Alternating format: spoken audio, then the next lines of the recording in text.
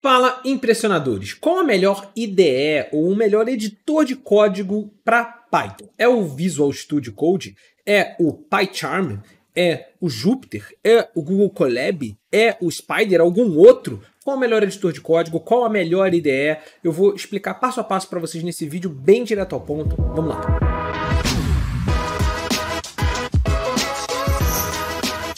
Bom, galera, se você gostou da ideia do vídeo, já deixa o seu like aqui embaixo, se inscreve no canal para aprender programação com a gente, seja em Python, JavaScript, SQL, ciência de dados, o que for, se inscreve no canal para continuar acompanhando a gente. E eu vou deixar aqui na descrição o link da instalação de todos esses editores de código que eu vou falar para você aqui ao longo do vídeo. Então vai ter do VS Code, vai ter do PyCharm, vai ter do Jupyter e a gente vai comentando sobre isso. Primeiro de tudo, a primeira coisa que eu quero ressaltar para vocês é o seguinte: o que é, né, a IDE, o que é um editor de código desses aqui? Eu estou usando aqui IDE e editor de código como sinônimos, mas na verdade eles não são exatamente a mesma coisa. Uma IDE é um ambiente de desenvolvimento, então ele tem sim um editor de código dentro dele, mas ele costuma ter algumas outras coisas também, como um terminal, como um gerenciamento de pastas, como outras coisas que vão envolvendo ali dentro. Mas pro contexto desse vídeo, eu acho que você está mais interessado em saber, cara, qual o editor de código, qual programa eu uso para programar. É basicamente isso que eu acho que, em Python, né? É basicamente isso que eu acho que é o seu objetivo aqui nesse vídeo. E a resposta direta ao ponto é, cara, usa aquele programa que vai ser melhor para o seu objetivo, que você acha que vai ser melhor para você, que você se sente mais confortável. Essa é a resposta mais direta. Mas agora eu vou passar sobre pelos principais deles, que são o Visual Studio Code, o PyCharm, o Jupyter e o Google Colab, que é online, beleza? Ah, Lira, tem outros, mas eu já vi o Sublime Text, o Komodo Editor, o Spyder, o Jupyter Lab e assim vai. Tem outros? Sim, tem outros. Mas esses quatro são os quatro mais usados, os que eu citei aqui, e eu vou passar por eles e a gente vai discutindo sobre isso. Então, mesmo que você não queira usar nenhum desses quatro, ainda assim o vídeo vai fazer sentido para você, porque você vai entender qual editor de código você tem que escolher e o que você tem que buscar dependendo do seu objetivo. Então vamos lá. O primeiro editor que eu vou falar é o Google Colab.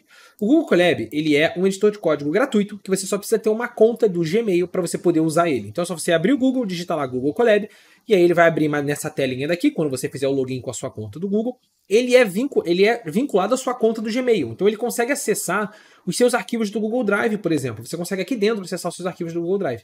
E aí eu posso criar aqui um novo notebook. Qual é a estrutura do Google Colab? O Google Colab ele é baseado na estrutura do Jupyter, que a gente vai falar já já, que é uma estrutura de notebooks, ou seja, você tem essencialmente um caderno, né, onde você programa dentro desse caderno. E a divisão dele é feita em células, tá vendo? Então você tem células de código, que são essas célulazinhas daqui, e células de texto, onde você pode escrever comentários, escrever um título, colocar explicações ali dentro. E você pode intercalar células de código com células de texto, células de código com células de texto, e assim vai.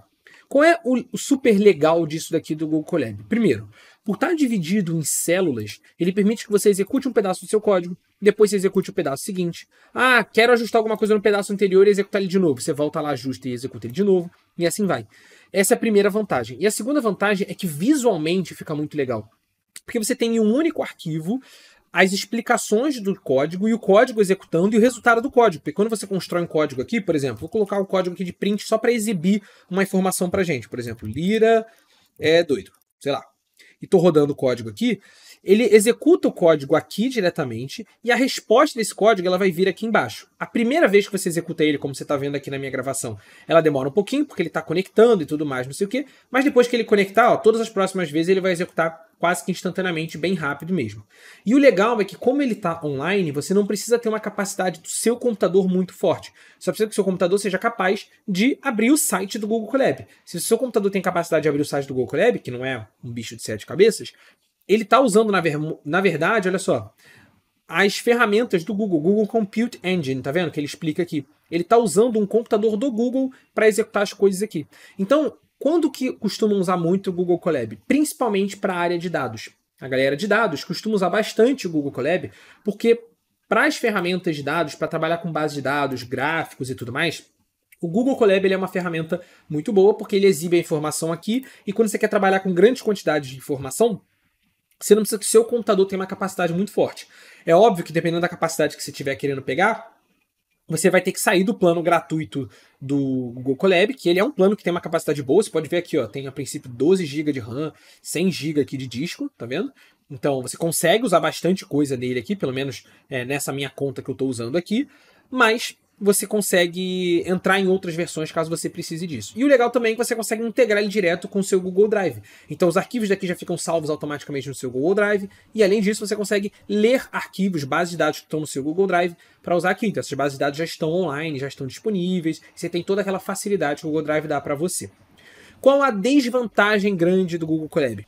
Por ele rodar online e exclusivamente online, ele não consegue interagir com coisas do seu computador e ele só tem essa estrutura de código aqui dividido em células desse formato. Então, se você quiser programar alguma coisa que não seja uma sequência de um passo a passo, um script, digamos assim, se você quiser criar um site, criar um sistema e assim vai, aí a divisão dele, a organização começa já a não ser tão eficiente assim. Beleza?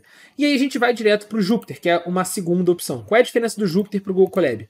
O Jupyter nada mais é do que o Google Colab, só que instalado no seu computador. Você instala ele no seu computador, você tem lá as pastas do seu computador, por exemplo, a minha pasta Downloads, entrei aqui, e eu vou vir aqui e vou adicionar um arquivo nele. Tá vendo? Adicionei um arquivo e ele vai ter a mesma estrutura. Eu tenho células aqui de código, eu posso adicionar células de código, mudar elas para células de texto, e aqui eu vou escrever qualquer texto, tá vendo? E aí você vai ter textos, código, textos e código, textos e código, e você pode ir programando nesse formato daqui. A diferença é que ele está instalado no seu computador. E por estar instalado no seu computador, ele consegue usar as ferramentas do seu computador para poder fazer o que você quer fazer. Como assim, Lira? Por exemplo, digamos que você está querendo fazer uma automação de um processo.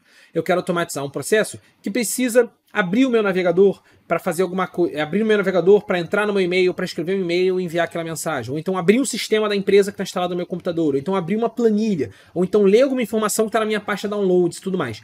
Isso você não vai conseguir fazer com o Google Colab, porque ele está online. Você só vai conseguir fazer com algum programa que esteja instalado no seu computador. E o Jupyter, ele é instalado no seu computador. Então, a galera que trabalha muito na área de dados costuma usar muito ou o Jupyter, ou o Google Colab, ou os dois. Eu confesso para vocês que normalmente quando eu estou fazendo projetos na área de dados, até aqui no próprio canal vocês vão ver isso. Normalmente eu vou usar o Jupyter. Quando eu quero usar alguma coisa que está direto conectada no Google Drive, ou não quero usar o Jupyter por algum motivo, eu acabo usando o Google Colab. Mas eu dou preferência ao Jupyter, até porque o meu computador é um computador ok, não é nenhum computador, caraca, o melhor computador do mundo, mas também não é um computador péssimo. Então, eu nunca fico travado na capacidade do meu computador para fazer as coisas. Então, eu consigo usar aqui o Jupyter numa boa e eu uso ele direto. Eu também gosto muito do Jupyter quando você está no início do seu processo de aprendizado. Quando você tá, tanto que vocês vão ver, muitos vídeos aqui do canal são feitos no Jupyter também. Por quê?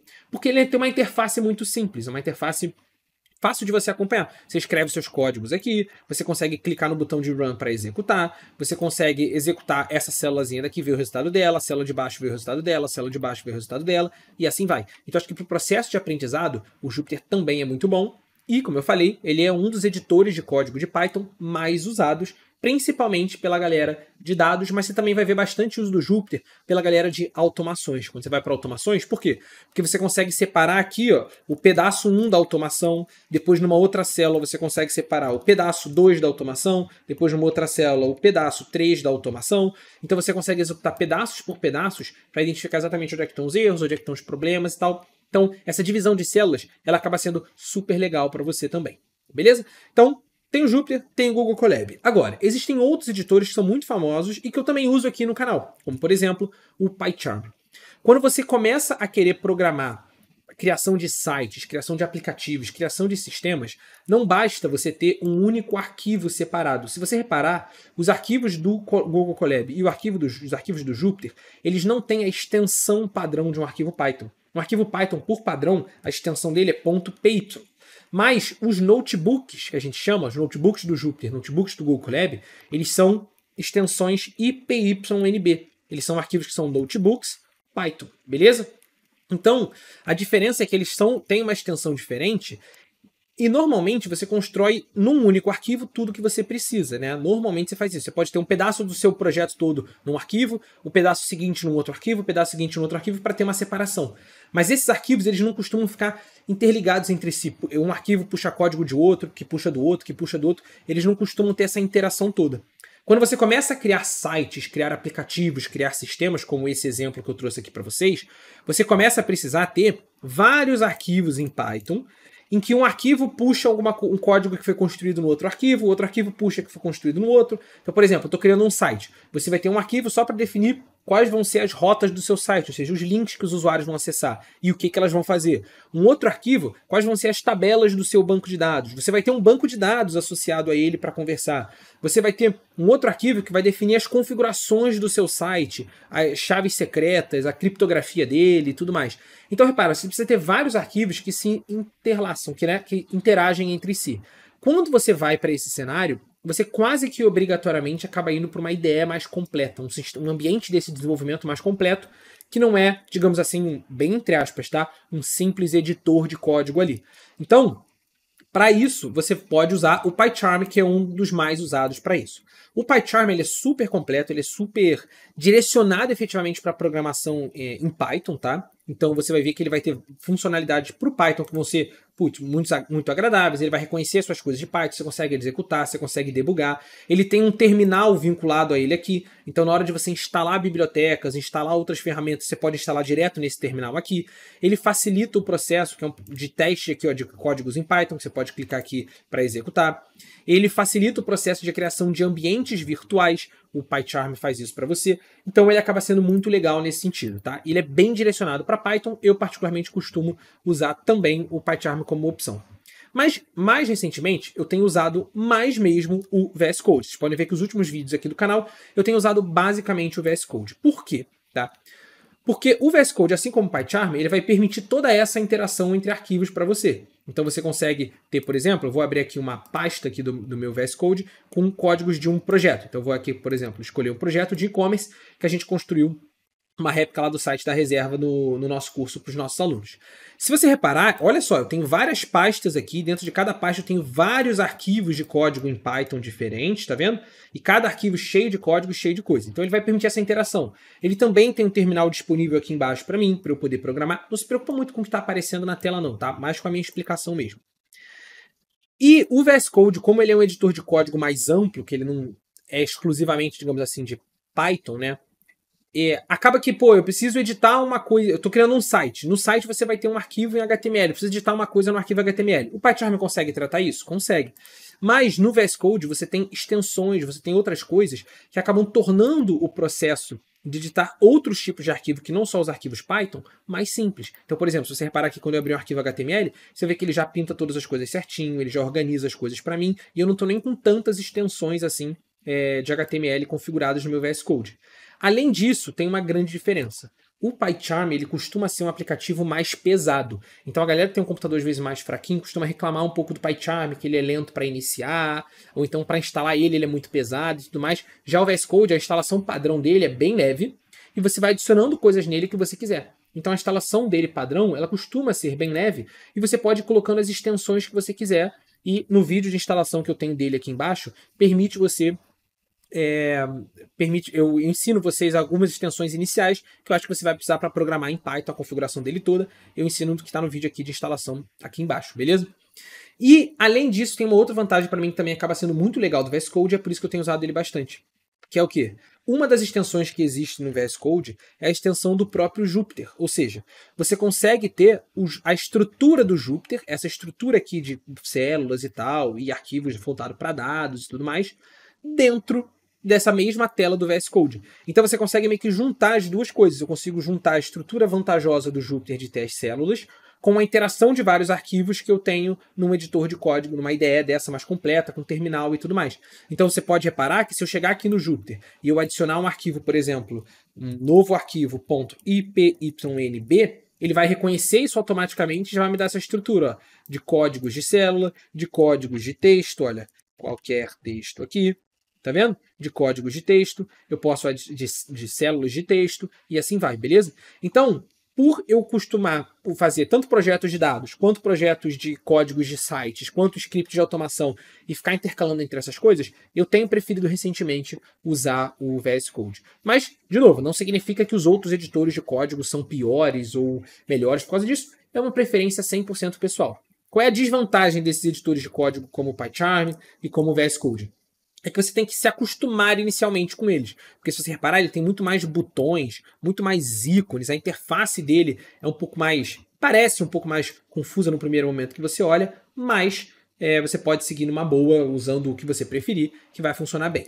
Então, eu fiz uma explicação geral aqui para você entender a diferença entre esses principais editores de código em Python. Ah, Lira, mas eu vejo muito falarem também do Spyder, que parece um pouco com RStudio, ou o RStudio parece com o Spyder, né? Aí depende de quem veio primeiro.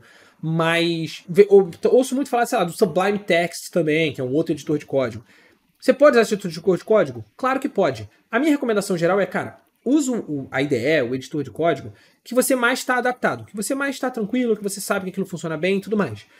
Ah, eu sou muito focado na área de dados, eu só estou interessado em área de dados, só quero trabalhar com dados mesmo. Cara, provavelmente você vai acabar indo ou para o Jupyter, ou para o Google Colab, ou até para o próprio Spyder, que é voltado mais para a galera de dados mesmo, porque é o que a maioria das pessoas ali está usando. Você pode usar também o editor que a maioria das pessoas que você tem mais contato estão usando, porque você se acostuma com a mesma coisa que outras pessoas que estão ali na sua empresa e tal estão usando também. Ah, não, Lira, mas eu quero focar mais na parte de criação de sites, criação de sistemas e tudo mais. Ou então, eu até quero trabalhar com dados, mas eu tenho muito interesse nessa parte, quero também fazer muito isso. Aí, provavelmente, eu diria para você ir para um editor de código mais completo nesse sentido. Então, um VS Code da vida ou um PyCharm. E aí fica a sua escolha. Ah, eu prefiro a interface do PyCharm, acho ela mais simplesinha, mais direto ao ponto do que eu preciso, me acostumei já com ele. Vai para o PyCharm. Ou não, vou para o VS Code, que ele vai me dar mais flexibilidade. E hoje em dia eu tenho usado ele, porque nele eu sinto que eu tenho um pouco mais de flexibilidade para fazer as coisas que eu quero.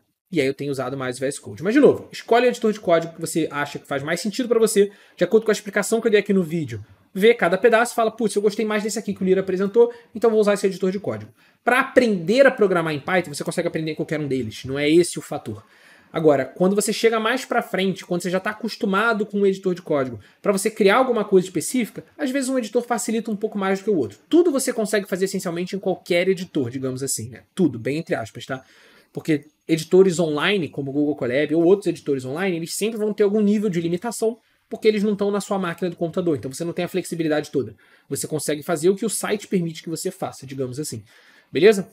Então, escolha o editor de código que faz mais sentido para você. Não fique tão noiado assim com qual editor de código escolher. Se você acabar escolhendo errado em algum momento, você migra. Eu comecei aprendendo a programar em Python com outro editor de código, não tinha nada a ver com esses aqui, que eram bem fraquinho.